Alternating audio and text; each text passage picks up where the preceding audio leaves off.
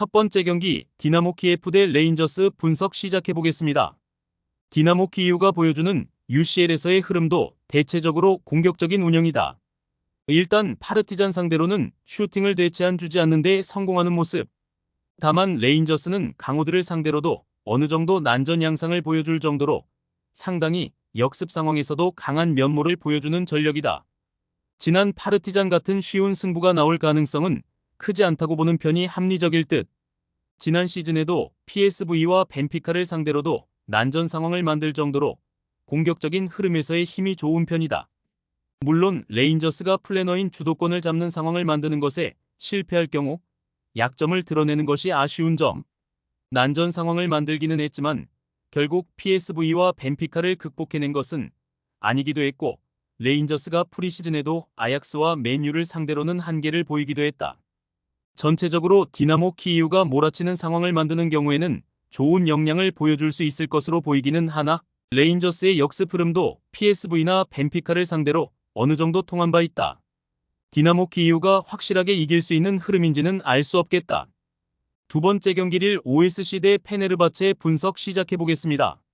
릴 이 가진 능력은 역시 높은 라인을 구축한 상황에서의 압박, 특히 상대의 전개를 후방에서부터 방해를 하면서 수비적인 능력치를 높이는 것으로 승부를 거는 유형이라고 할 수 있을 듯하다.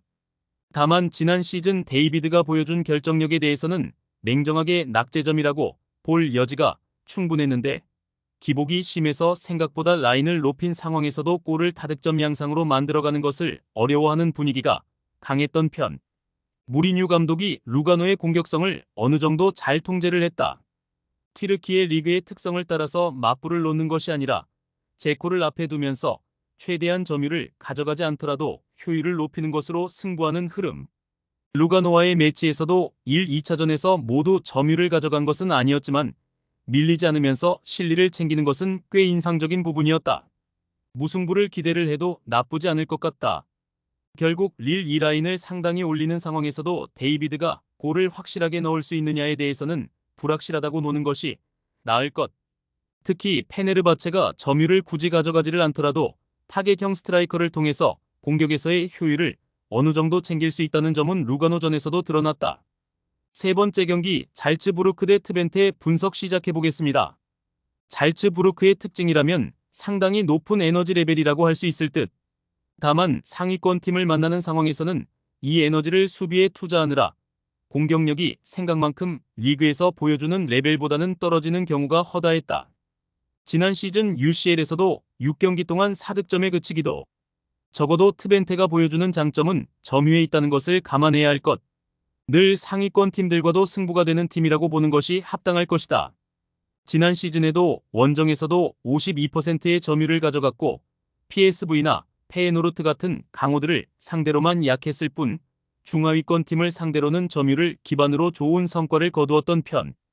특히 점유를 가져가는 상황에서는 전체적으로 찬스를 잘 주지 않는 성향을 가지고 있기도 한데, 지난 시즌 원정에서도 17경기 19실점으로 나쁘지 않았다. 트벤테도 괜찮은 선택이 될 수 있다고 본다. 적어도 점유라는 점에서는 트벤테가 상당히 강점을 가지고 있는 편.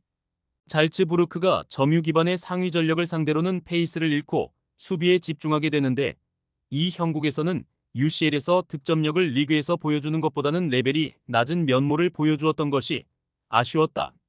최종 조합은 영상 아래 고정 댓글로 말 걸어주시면 오늘 정보방에서 무료로 공유해드립니다. 제발 손해보면서 토토하지 말고 다같이 웃으면서 즐겁게 베팅합시다. 함께 하실 분들은 부담 갖지 마시고 편하게 말 걸어주세요.